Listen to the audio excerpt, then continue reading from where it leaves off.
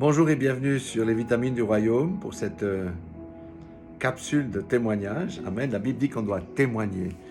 Donc je fais souvent ces petites vidéos, mais finalement on ne sait pas trop qui je suis. Alors je vais témoigner de qui je suis, de ce que Dieu a fait dans ma vie, de la gloire de Dieu. Alléluia, c'est vraiment un témoignage à la gloire de Dieu. Et j'aimerais lire une parole absolument extraordinaire. C'est dans Ésaïe 43, verset 3, où il est dit « Si tu traverses les eaux, je serai avec toi, et les fleuves, ils ne te submergeront point. Si tu marches dans le feu, tu ne te brûleras pas, et la flamme ne t'embrasera pas, car je suis l'Éternel, ton Dieu, le Saint d'Israël, ton Sauveur. Et je donne Égypte pour ta rançon, l'Éthiopie et Saba à ta place, parce que tu as du prix à mes yeux. » Amen. Cette parole, eh bien, peut-être ne la crois pas, mais quand j'entendrai mon témoignage, je pense qu'elle deviendra beaucoup plus vivante dans vos esprits. Donc, la première partie de ce témoignage va s'appeler « La vie plus forte que la mort ». Amen. Qu'est-ce que ça veut dire? Eh bien, voilà. Je m'appelle Richard Chvéry, mon nom c'est Boaz Chvéry dans le Seigneur. Je suis né le 28 décembre 1957, ça veut dire j'ai 65 ans. Et ce qu'il faut savoir, c'est que dans ma naissance, c'est un petit peu particulier parce que j'étais un prématuré. Je suis né, je ne sais plus, c'est entre 6 et 7 mois, quelque chose comme ça, ou 7 et 8. Mais en tous les cas, je pesais 1,8 kg. Donc, c'est-à-dire pas grand-chose. Et dans ces années-là, eh bien, on mettait le bébé qui était prématuré dans des couveuses. Et les médecins étaient quand même un petit peu inquiets. Vous voyez, 1,8 kg, hein, c'est la taille d'un bon rôti, c'est pas grand-chose. Mais Dieu m'a fait grâce. Dieu m'a fait grâce et j'ai survécu à ce premier test de la vie. La mort essayait de me prendre. Il faut dire que je suis l'aîné. Ma maman, elle était aussi enceinte d'un deuxième qu'elle a perdu, etc. Donc, il y a des choses peut-être dans la famille, mais n'empêche que j'ai survécu à ce premier combat. Amen, pour la vie. Je dis en passant, en souriant, vous savez, comme je suis un prématuré, ça s'est remarqué dans ma personnalité, parce que j'étais toujours d'une nature très, très impatiente. Et je connais une femme de Dieu qui, elle, est née avec un très, très grand retard. Amen. Et elle est lente dans tout ce qu'elle fait. Pour vous dire que des fois, ça a des influences. La deuxième chose qui m'est arrivée dans ma vie, ça c'est déjà un peu plus costaud. J'habitais en Valais et mon papa avait sa maison dans sa parcelle. On avait construit en 64. Ensuite, mon oncle avait la parcelle d'à côté, ça faisait partie d'un héritage familial. Et lui construisait une villa à toit plat. Pour les Africains, j'explique, une villa à toit plat n'a pas de toit. Il y a juste la chape en béton qui est dessus. Et je jouais sur le toit, parce qu'il y avait une échelle pour monter avec ma cousine qui avait mon âge. Et qu'est-ce qui est arrivé, qui ne devait pas arriver? Je suis parti en arrière et j'ai atterri sur un tas de gravier et ma tête a heurté un plot en ciment. Il faut dire que la hauteur était quand même assez grande. C'était plus de 5 mètres, 5 mètres 20, quelque chose comme ça, entre 5 mètres 20 et 5 mètres 40. Vous voyez, je suis parti en arrière. J'aurais dû être énuqué, tué, tout ce que vous voulez. Mais j'ai eu 3 jours de coma à l'hôpital et je n'ai pas eu de séquelles ni dans mon crâne, ni dans mon cerveau, rien du tout. Dieu m'a préservé aussi de ce mauvais destin. Amen. Pourquoi? Parce que quand je repasse ces choses, je sais que je suis un homme de destinée, je sais que j'ai une destinée. Je dis à quelqu'un, tu as une destinée, les destinées de Dieu s'accompliront toujours dans ta vie. Amen. Troisième élément, c'est quand j'étais à l'armée. Vous savez qu'en Suisse, on a une armée de milice et on est tenu à faire l'armée. Et ça, c'était ce qu'on appelle un cours de répétition. Donc là, je devais faire mes 10 cours de répétition de 3 semaines par année.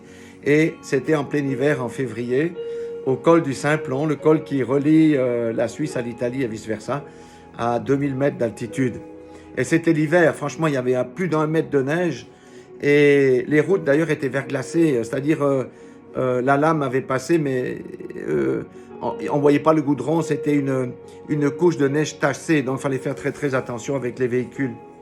Et un matin, j'ai aidé le chef cuisinier à descendre la subsistance, la nourriture qu'on nous amenait par un Hafling. C'est une petite camionnette dans laquelle on entassait les autocuiseurs.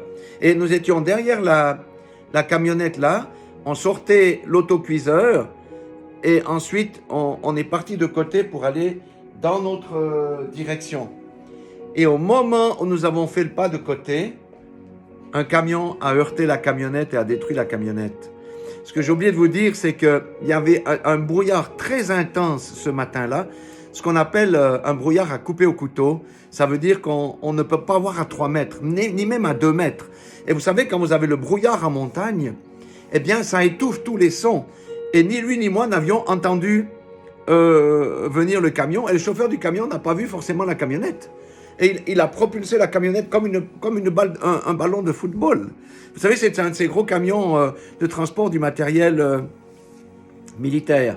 Donc, nous avons eu les deux, la vie sauve. Si nous étions restés derrière le pont du camion en train de discuter, nous aurions été écrasés entre le camion et la camionnette et c'était fini de nous. Amen. Je donne la gloire à Dieu de m'avoir sauvé la vie à nouveau ici. Le dernier témoignage date, c'est un peu plus récent, de 2007. En 2007, j'étais en Afrique et je faisais une tournée là-bas. J'allais aussi dans les églises. Et un soir, qu'on allait au culte, c'était au Gabon, hein, j'ai senti une petite piqûre sur ma cheville droite. Bon, je ne sais pas trop ce que c'était, j'ai eu une petite piqûre. Et ensuite, ben voilà, du Gabon, j'étais au Cameroun et j'ai commencé à tourner dans le Cameroun. Pour les Africains, ben, bien sûr, Yaoundé, mais j'étais à Efok, j'étais à Bafoussam, j'étais à Bafia, à Bouéya, voilà, un certain nombre d'endroits, à Edea aussi. Donc, et qu'est-ce qui s'est passé quand j'étais au Cameroun? Mais ma cheville a commencé à gonfler, elle a commencé à c'est comme si elle commençait à s'infecter, la peau a commencé à se casser. Mais bon, comme j'étais un homme de foi, j'ai continué mon trajet.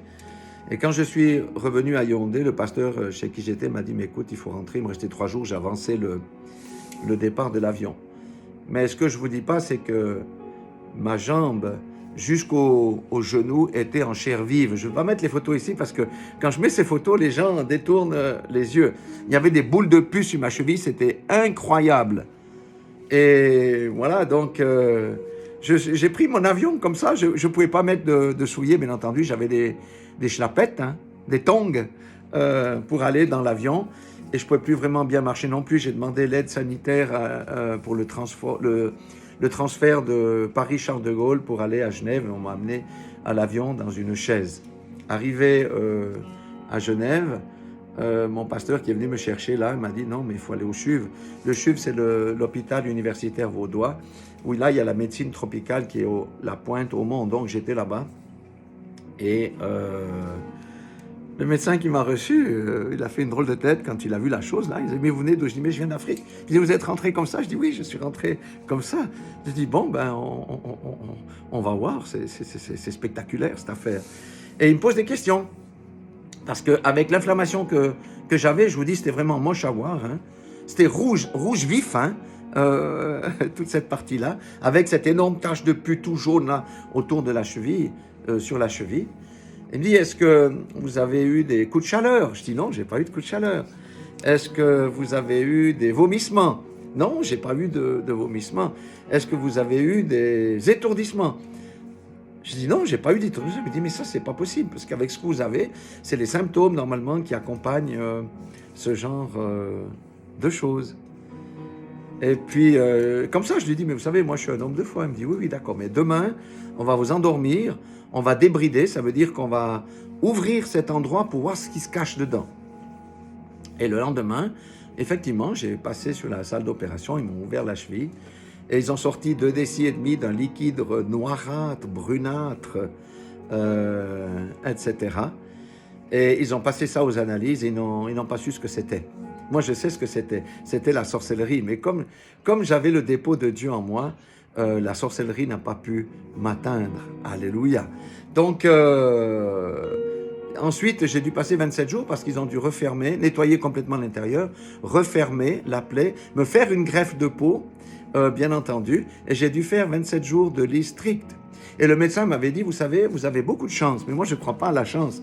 Parce que normalement, vous seriez mort à l'heure actuelle, parce que ça fait plus de 2 semaines que vous êtes avec ça. Et normalement, qu'est-ce qui se passe? C'est que ce genre de choses, ça devient la septicémie, parce que cette infection se passe dans le sang et ça va vous affecter. Alléluia. Donc, voilà, et je sais que là, c'était vraiment la sorcellerie, parce qu'il y a des cas, c'est connu au Gabon, que quand ça se passe, ce genre de choses, ça se manifeste différemment. Des fois, il y a des écailles qui viennent sur le pied, etc. Les gens, au bout d'une semaine, 2, ils meurent, c'est tout. Moi, j'ai fait 3 semaines, donc, et j'ai survécu. C'est pourquoi? Parce que la grâce de Dieu est sur ma vie, et c'est là que j'ai compris que j'avais une destinée. Et je le sais, parce que, et ça, j'en parlerai dans une autre vidéo, c'est en Afrique que j'ai eu les premiers songes, premières visions concernant mon appel. Donc, pour moi, c'était prématuré de mourir. Je ne pouvais pas mourir d'une mort précoce, c'était pas possible. Voilà, soyez tous bénis dans le nom puissant de Jésus-Christ de Nazareth, soyez tous réconfortés. Si vous arrive des trucs bizarres, sachez que Dieu ne permettra pas que vous passiez, vous soyez noyés ici dans les eaux, que vous ne soyez brûlés dans le feu. Voyez, brûlés dans le feu, les 3 Hébreux, ils ont vécu ça. Daniel a vécu la cage au lion, etc. Parce que l'Éternel, notre Dieu, est avec nous. Le Saint d'Israël, ton sauveur, c'est-à-dire Jésus-Christ, donne l'Égypte pour ta rançon. Ça veut dire pour la vie de quelqu'un comme moi, il y a quelqu'un d'autre qui est certainement mort. L'Éthiopie et le sabbat à ta place, parce que tu as du prix à mes yeux. J'aimerais dire à quelqu'un, tu as du prix aux yeux de Dieu. Tu as du prix aux yeux de Dieu. Alléluia. Alléluia. Et il dit, j'ai même pas continué avant, verset 4, parce que tu es honoré, que je t'aime, je donne des hommes à ta place et des peuples pour ta vie. Vous voyez, Dieu est vraiment merveilleux. Alléluia. Quels que soient les essais du diable pour te détruire, pour t'amener en bas, pour te détourner, si tu as une destinée en Christ, le diable ne pourra rien faire parce que le Saint d'Israël veille sur ta vie. Sois béni, soyez tous bénis dans le nom puissant de Jésus-Christ de Nazareth. Et je glorifie Dieu parce que quand je repense à ces choses-là, véritablement, je dis non, Dieu est un Dieu vivant, n'est pas un Dieu mort, n'est pas une statuette, n'est pas une image. Dieu agit, Dieu délivre, Dieu guérit, Dieu protège. Alléluia, que le nom de l'Éternel et de notre Seigneur et Sauveur Jésus-Christ soit loué dans le nom puissant de Jésus-Christ. Amen.